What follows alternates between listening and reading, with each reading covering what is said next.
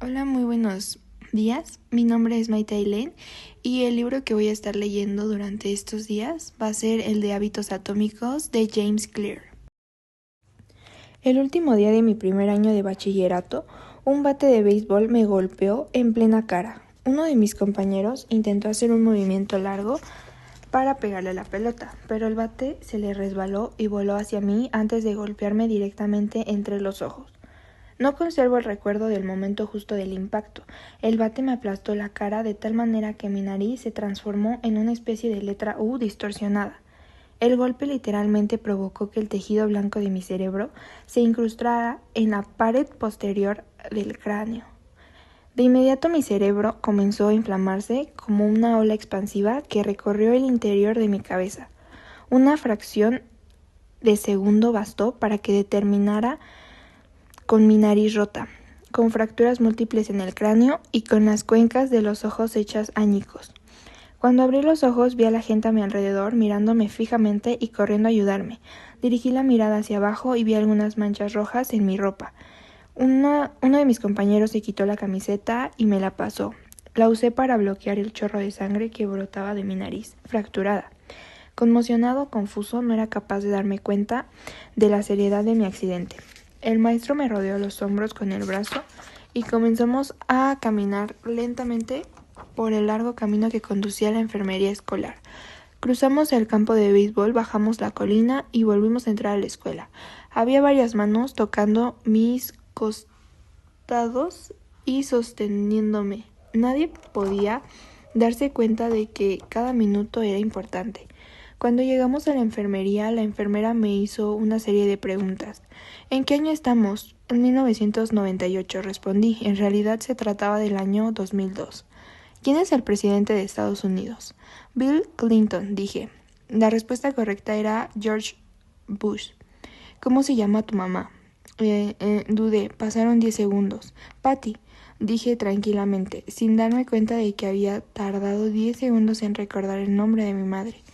Esa es la última pregunta que recuerdo. Mi cuerpo era incapaz de soportar la rápida inflamación de mi cerebro y perdí la conciencia antes de que la ambulancia llegara.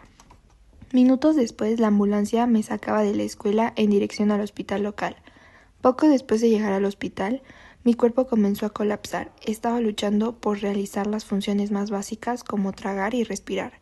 Sufrí la primera convulsión de ese día. Después dejé de respirar por completo, mientras los doctores se apresuraban a suministrarme el oxígeno.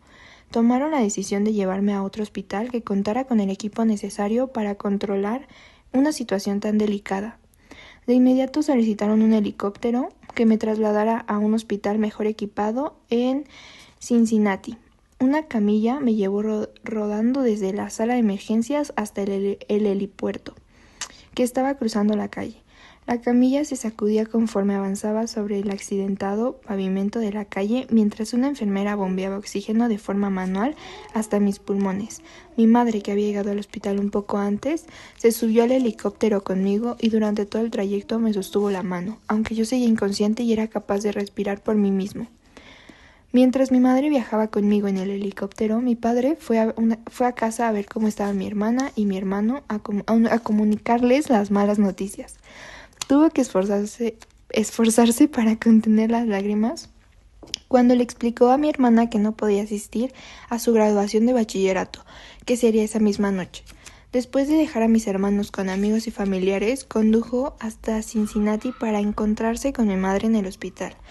Cuando mi mamá y yo aterrizamos en el techo del hospital, un equipo de casi 20 doctores y enfermeros ya nos esperaban en el helipuerto para llevarme a la unidad de traumatología.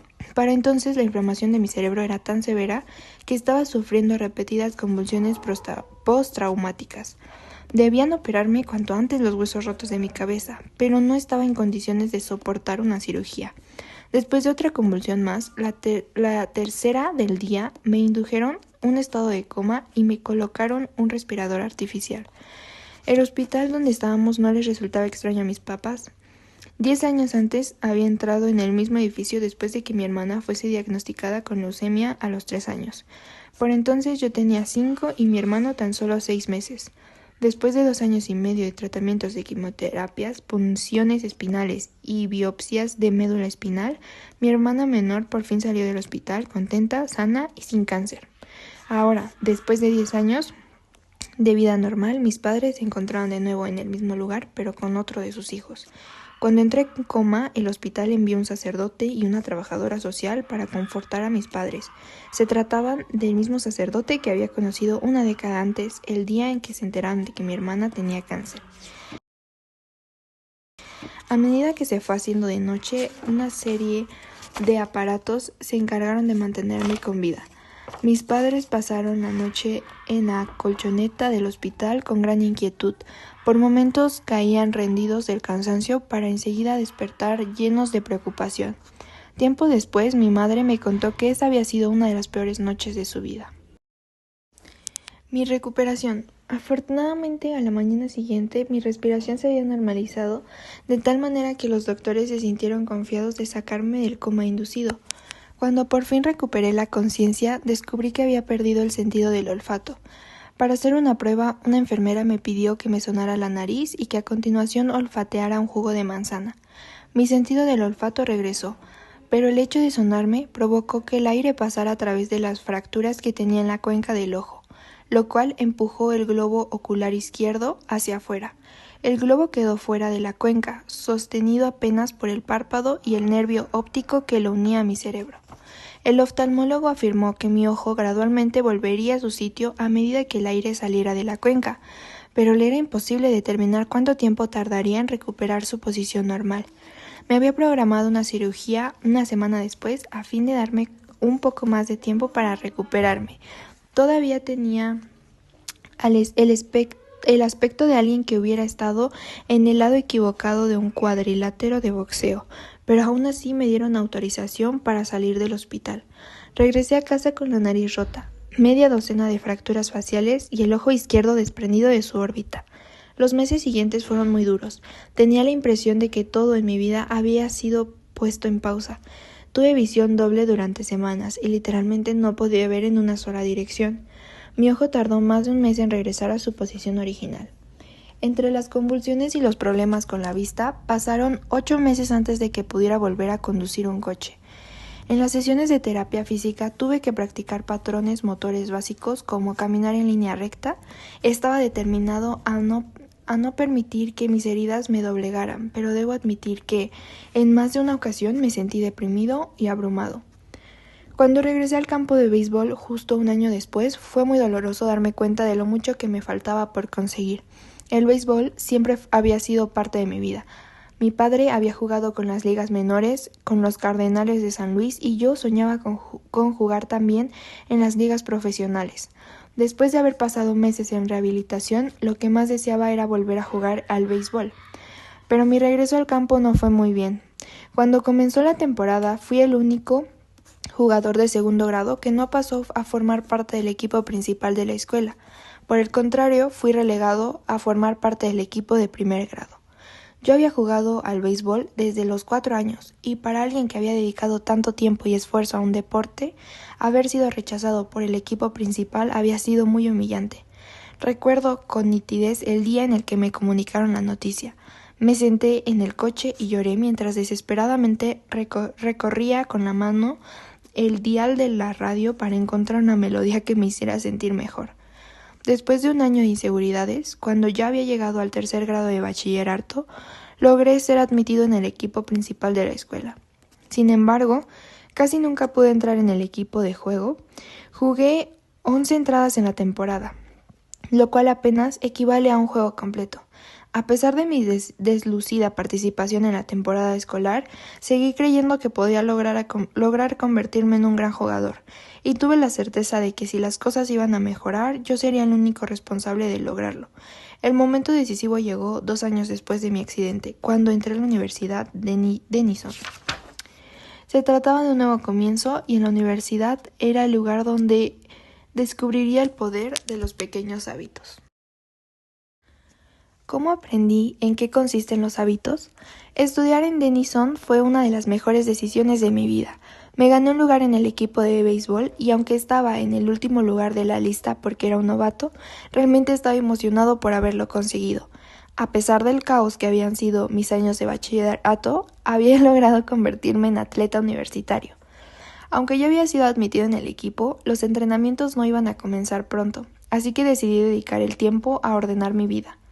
Mientras mis compañeros se desvelaban jugando videojuegos, yo desarrollé buenos hábitos de sueño y todas las noches me iba a dormir temprano. En el desordenador mundo del dormitorio universitario, yo me propuse mantener mi habitación limpia y ordenada. Estas mejoras no eran muy significativas, pero me hacían sentir que tenía control sobre mi vida. Comencé a sentirme seguro nuevamente y a creer en mí. Esta sensación de seguridad que iba en aumento se reflejó en mi desempeño escolar. Conforme mejoré mis hábitos de estudio, logré el promedio de 10 durante todo el primer año. Un hábito es una rutina o conducta que se practica con regularidad y en muchos casos de manera automática. A medida que pasaban los semestres, acumulé pequeños hábitos que repetía de manera consistente y que finalmente me llevaron a conseguir resultados que ni siquiera hubiera podido imaginar. Cuando entré a la universidad, por ejemplo, por primera vez en mi vida adquirí el hábito de levantar pesas varias veces a la semana. Durante los siguientes años, con mi estatura de 1.95 metros, logré pasar de 78 kilos a 90 kilos de musculatura sin grasa. Cuando comencé el segundo año en Denison y se inauguró la temporada de béisbol, fui el principal pitcher del equipo de lanzadores. Durante mi tercer año, el equipo votó por mí para que fuera su capitán, y al final de la temporada fui seleccionado para ser parte del equipo que toda la federación universitaria. Sin embargo, no fue hasta mi último año cuando mis hábitos de sueño y de estudio de levantamiento de pesas realmente dieron frutos. 6 años después de haber sido golpeado en el rostro por un bate, llevado en helicóptero a un hospital e inducido en un estado de coma, fui seleccionado como el mejor atleta masculino de la Universidad Denison. También fui nominado como parte del equipo de Academic All-America del canal de televisión ESPN, en honor que está reservado únicamente a 33 jugadores de todo el país. Para el momento en que me gradué, había obtenido 8 récords universitarios en diferentes categorías y gané el más importante galardón académico de la universidad, la medalla del presidente. Espero que me disculpes si toda esta historia suena un poco arrogante. Para ser sincero, no hay nada de legendario en mi carrera como atleta. Y realmente nunca jugué de manera profesional. Sin embargo, si vuelvo la mirada hacia aquellos años, me doy cuenta de que logré algo que raramente se consigue.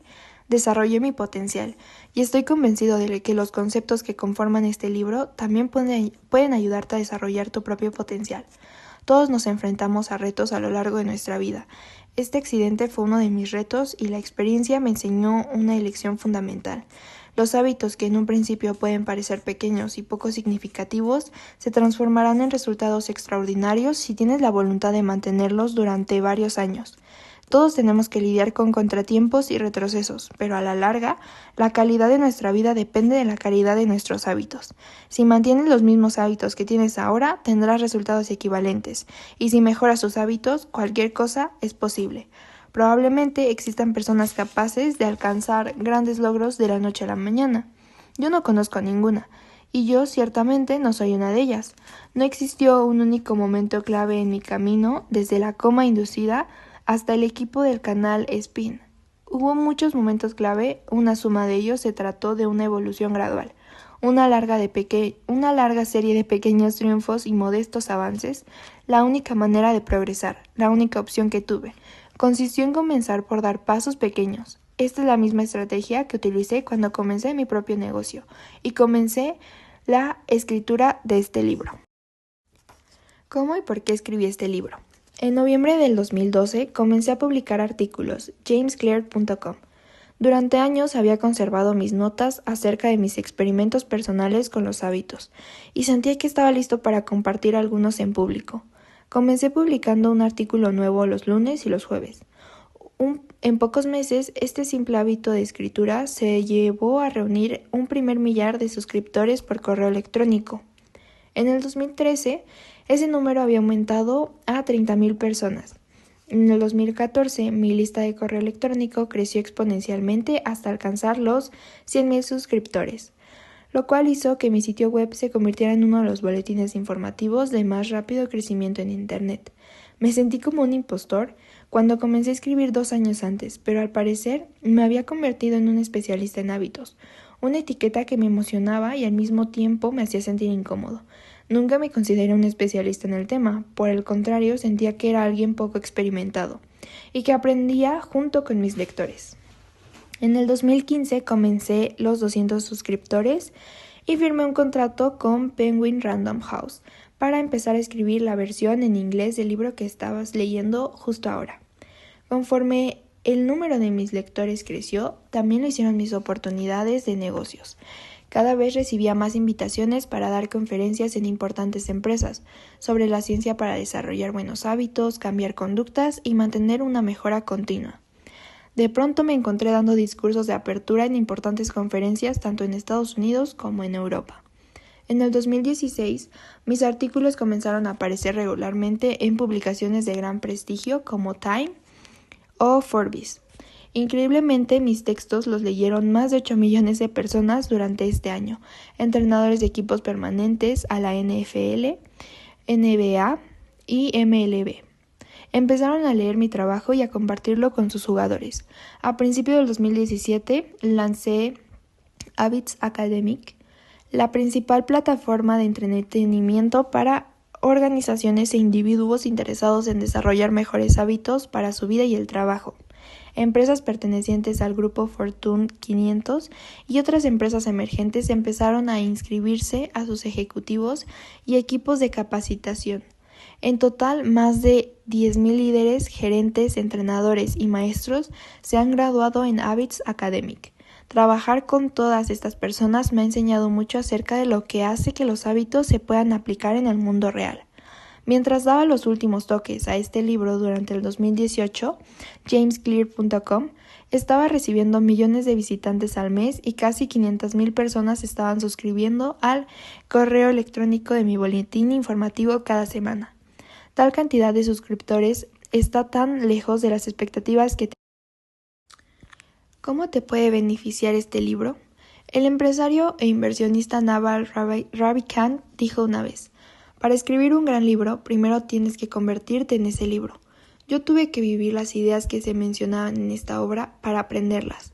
Tuve que confiar en pequeños hábitos para lograr mi recuperación después de mi accidente, para volverme más fuerte en el gimnasio, para lograr un desempeño de alto nivel en el campo de juego, para convertirme en escritor, para construir un negocio exitoso y sobre todo para convertirme en el adulto responsable.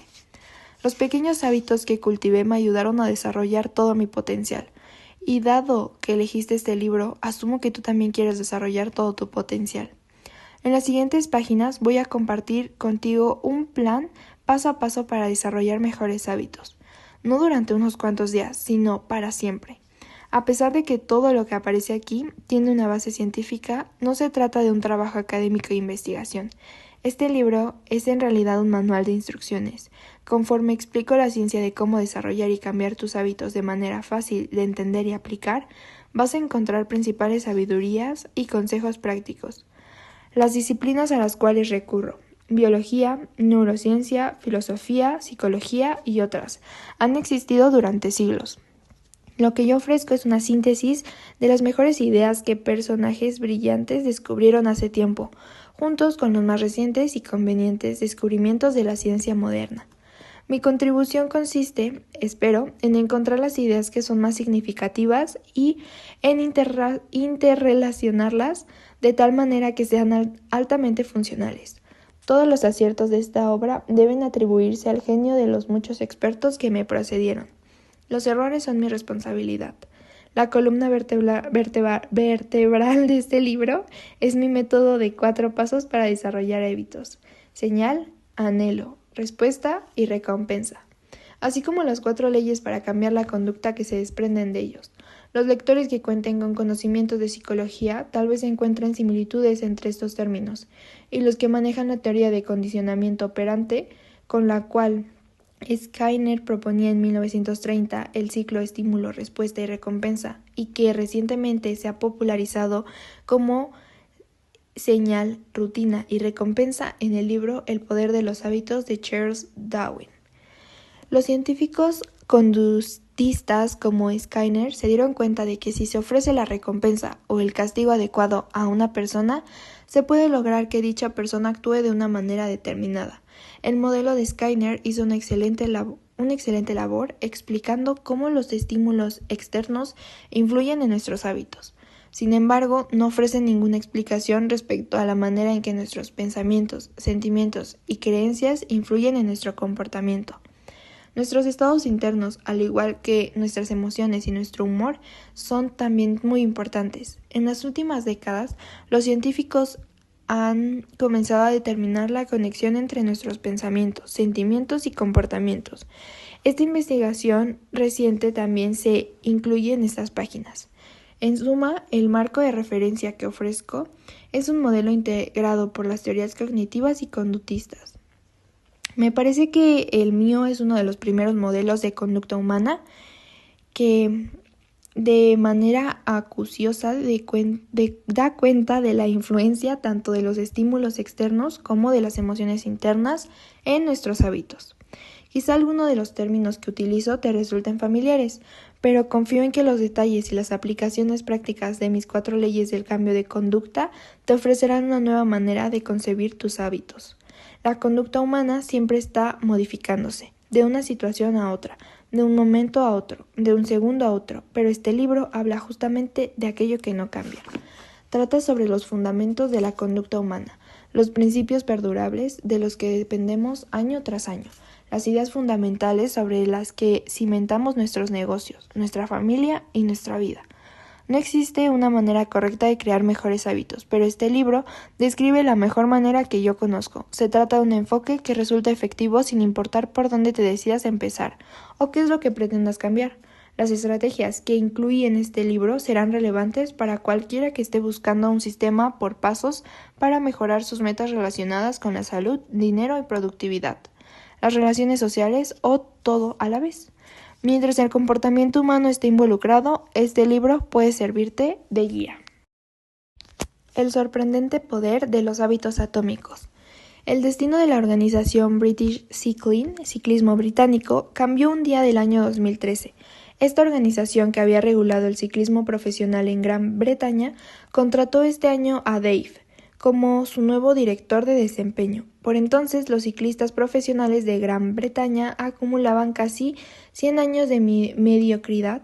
Desde 1908, los ciclistas británicos habían conseguido solamente una medalla de oro en los Juegos Olímpicos y habían tenido aún peores resultados en la carrera ciclista más importante del mundo, el Tour de Francia. En 110 años, ningún ciclista británico había ganado esa carrera. De hecho, el desempeño de los ciclistas británicos había sido tan poco relevante que uno de los más importantes fabricantes de Europa había rechazado venderles bicicletas, porque temía que sus ventas se vieran afectadas cuando otros profesionales se dieran cuenta de que los británicos usaban los equipos que ellos fabricaban.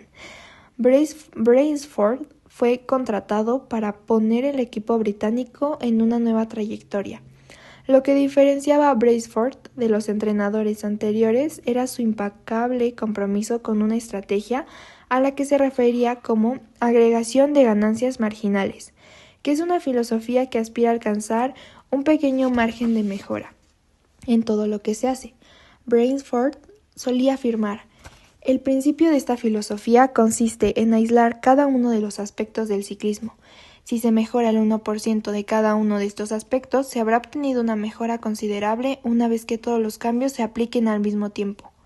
Brailsford y los entrenadores a su cargo comenzaron a hacer pequeños ajustes en diversos aspectos que podían esperarse de un equipo profesional.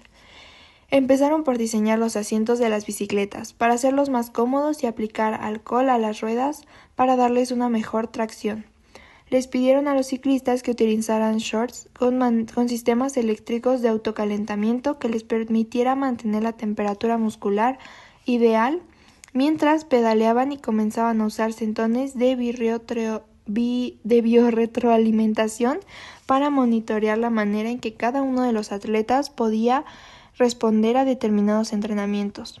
El equipo probó diversas telas en el túnel de viento, lo que tuvo como consecuencia que pidieran a los ciclistas que participaran en pruebas en exteriores que cambiaran sus trajes por equipos diseñados para interiores, ya que descubrieron que eran más ligeros y aerodinámicos.